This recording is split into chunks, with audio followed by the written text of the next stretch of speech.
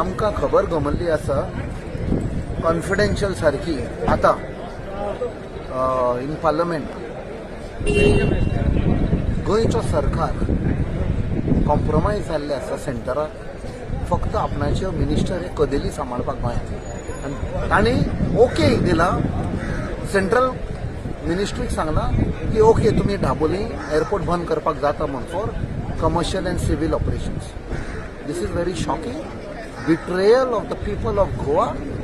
आणि आमकां याद येता की 2009-10 तेन्नाची युपीएची चेअरपर्सन सोनिया गांधी तिणें लोकांक गोंयचें आश्वासन दिल्लें की दाबोली एअरपोर्ट केन्नाच बंद जावचो ना.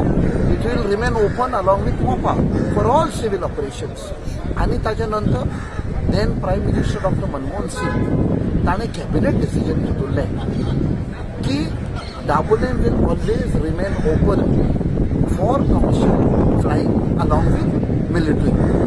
हायच जें कितें आमकां कळून आयलां कॉन्फिडेन्शियल सारकें भितर I believe file already move जाल्ली आसा.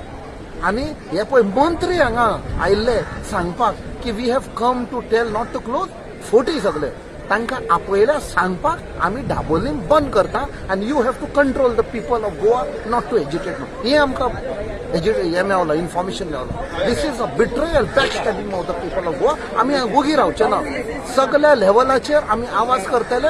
We will force this government to take back the decision because closing down Dabolim म्हणजे इट इज एक इकॉनॉमीक दाणो मारलेल्या भशेन आमच्या लोकांचेर.